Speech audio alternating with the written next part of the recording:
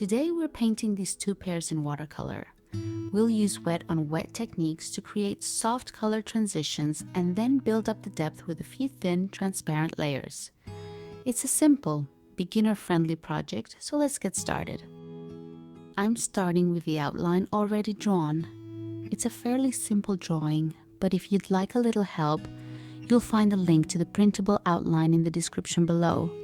I've also listed all the materials I'm using there.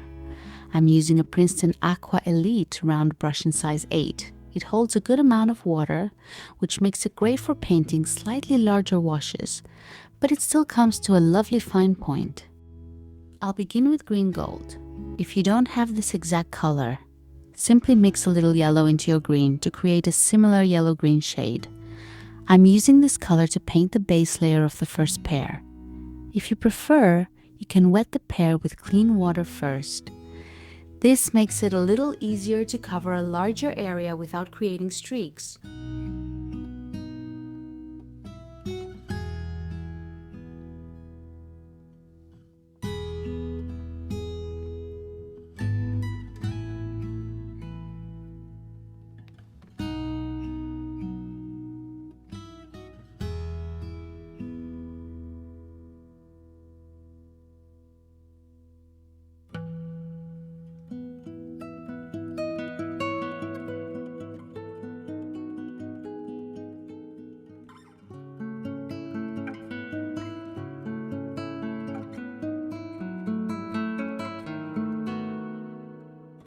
Next, I'm mixing some olive green on my palette. While the pear is still wet, I'll add this color around the outer edges and allow it to blend softly into the green gold.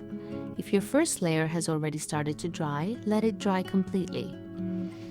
Then wet the pear again with clean water before continuing. This will help you avoid unwanted hard edges.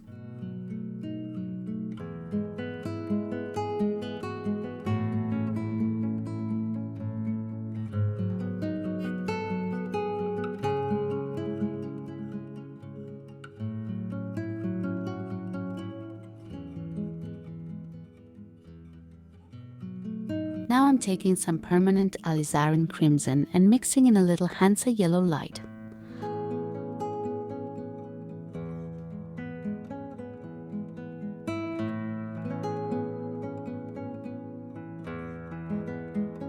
I'll drop this warm color into the middle and upper part of the pear, suggesting the uneven coloring of a pear that isn't quite ripe yet. I'll let the color spread naturally and then gently blend it with a clean, damp brush. This mixture may look slightly muddy or muted, but that's perfectly fine. Real pears often have these earthy, uneven colors.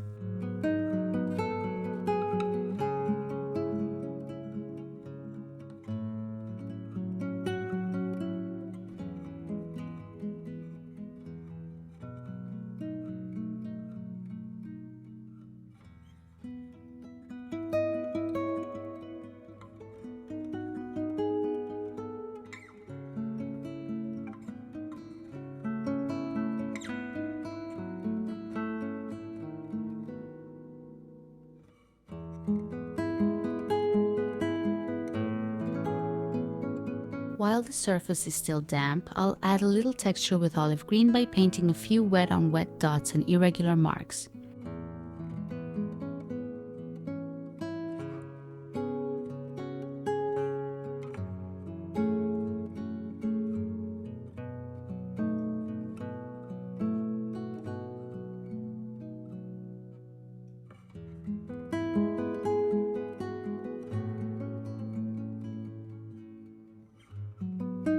I rinse my brush in clean water, blot it on my cloth, and then use the clean, damp brush to gently lift out a little color, creating a soft highlight on the pear.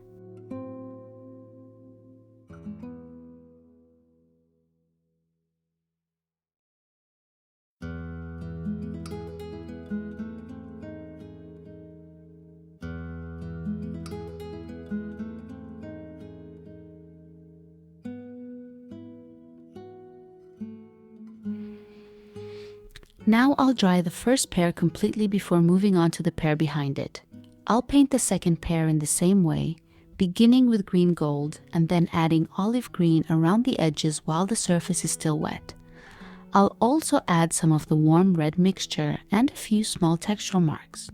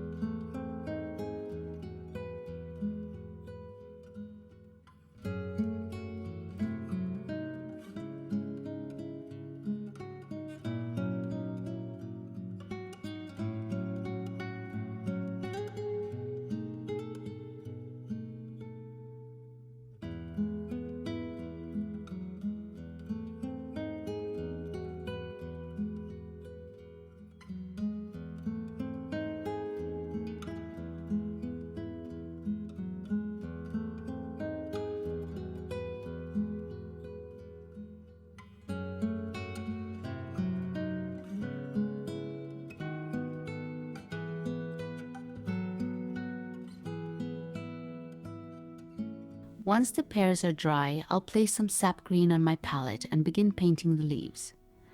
I'm using sap green for the base layer of each leaf.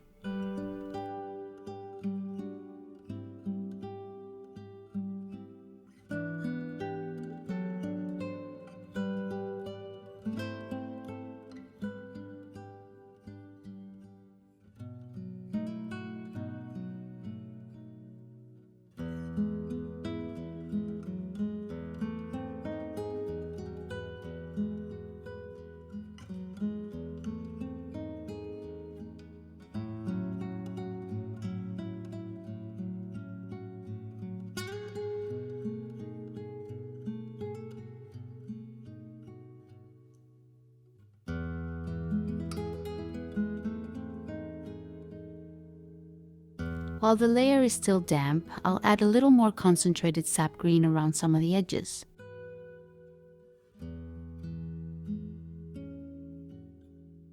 Next, I'm picking up some Perylene green. I'll use this mainly around the edges of the leaves to add more contrast and depth.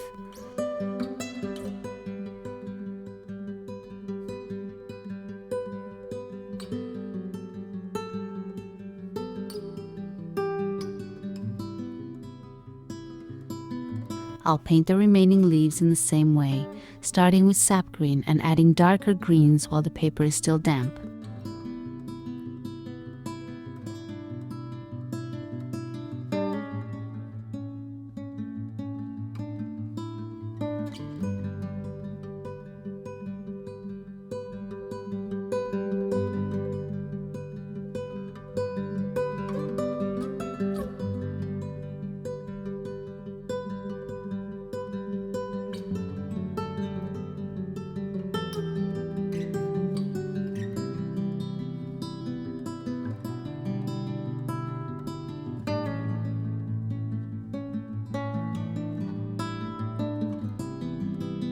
When I paint this final leaf, I make sure the leaf behind it is completely dry so the colors don't bleed into one another.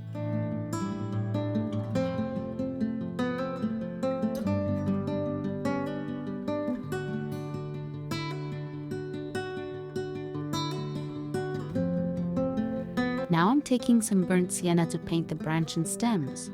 I'll begin with a little green and then add burnt sienna into the damp paint. This creates a more natural transition between the green stems and the brown branch.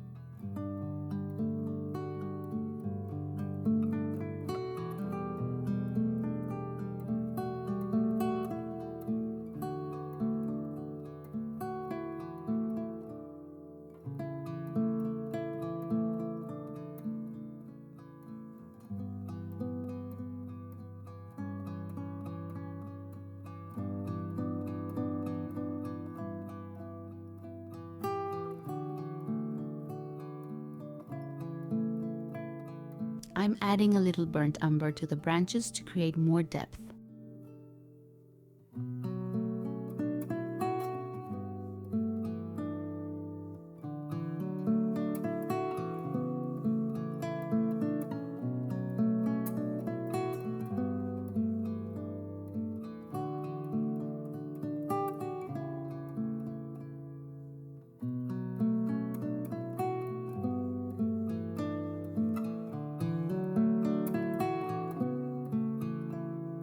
Once everything is dry, I'll glaze the first pear with a thin, transparent layer of green gold.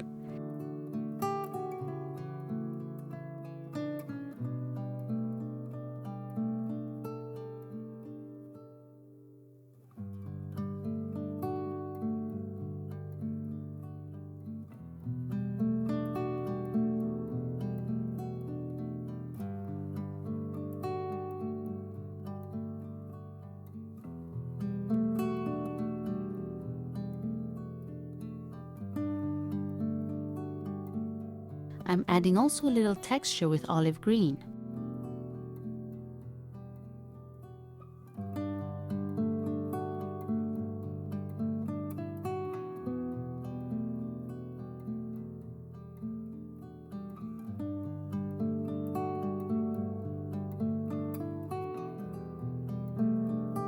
If the highlight begins to disappear, you can gently blot away a little color with a clean tissue or paper towel. I'll glaze the second pear in the same way.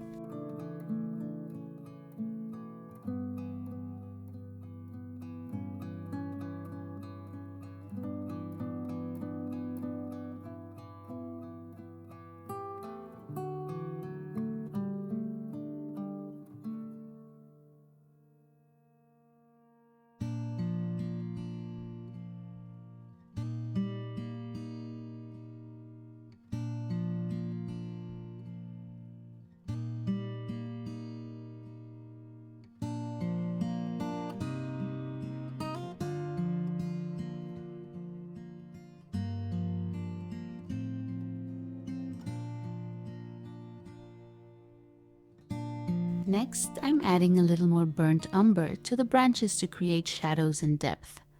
I'm placing the darker color mainly along the edges of the branches and around the areas where the branches meet the leaves and pears.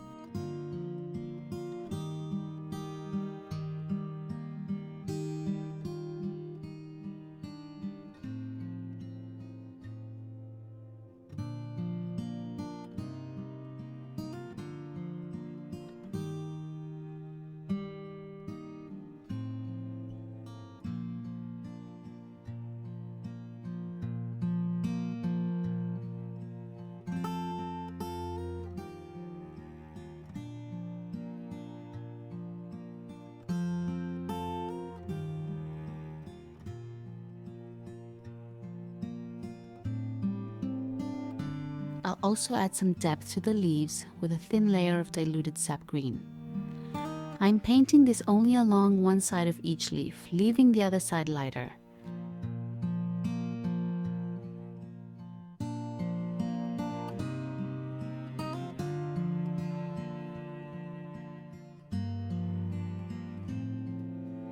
I'm adding darker Perylene green for the shadow.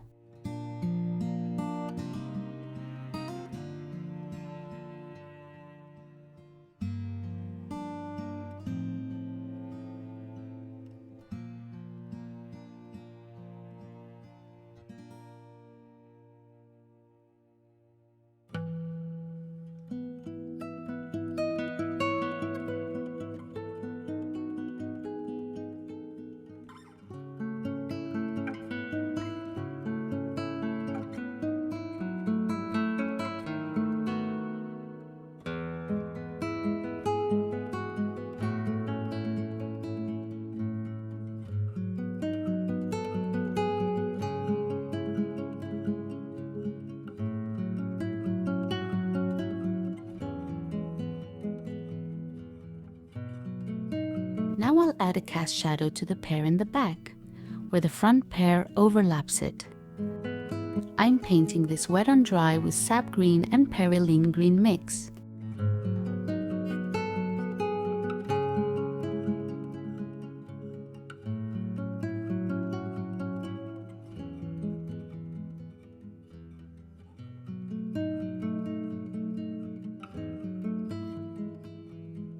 Then I'll soften the edge with a clean, damp brush so the shadow doesn't look too harsh.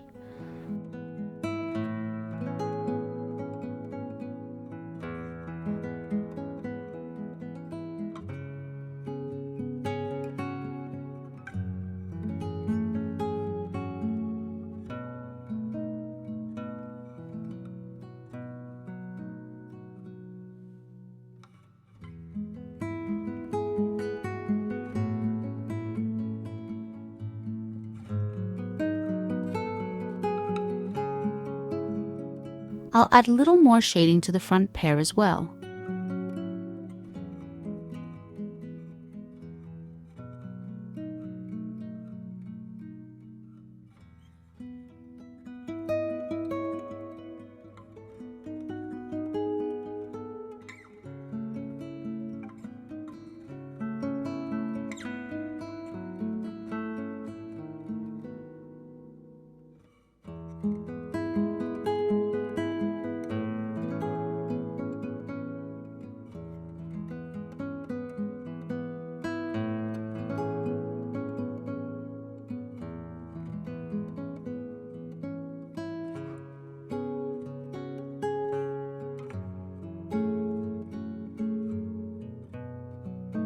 Using a rigger brush and a green mixture, I'll paint some very simple veins on the leaves.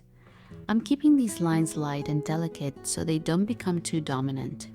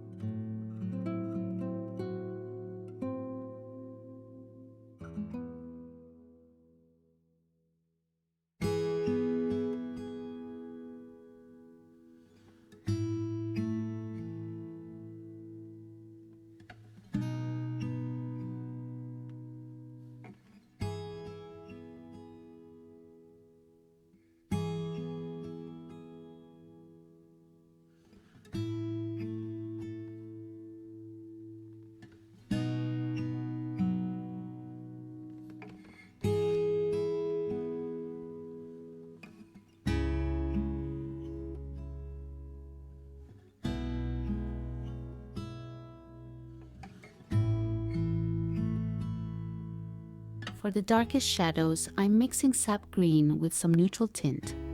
I'll add this mixture where the two pears meet and around their lower sections.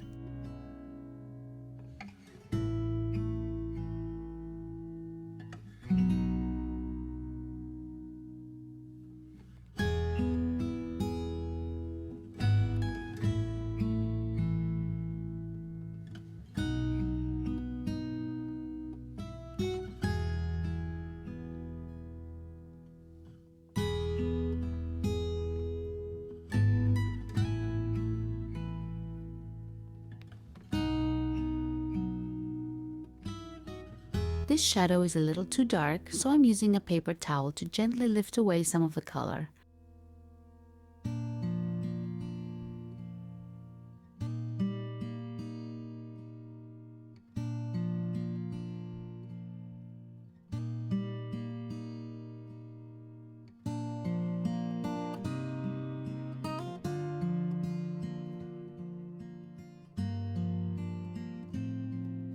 I'll also add a little more shading to the opposite side of the front pear to give it more depth and a more rounded appearance.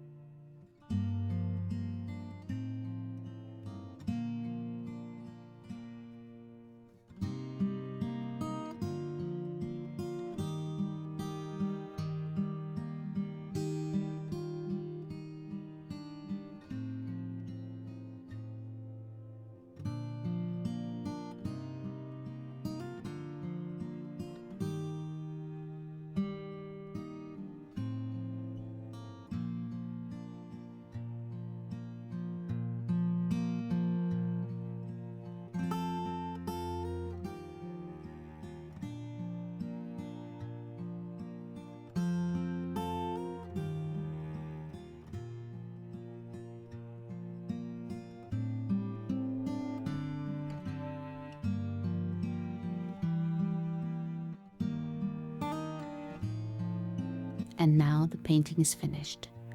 I hope you enjoyed painting these pears with me. If you did, please give the video a thumbs up and leave a comment below to let me know what you thought. See you in the next one.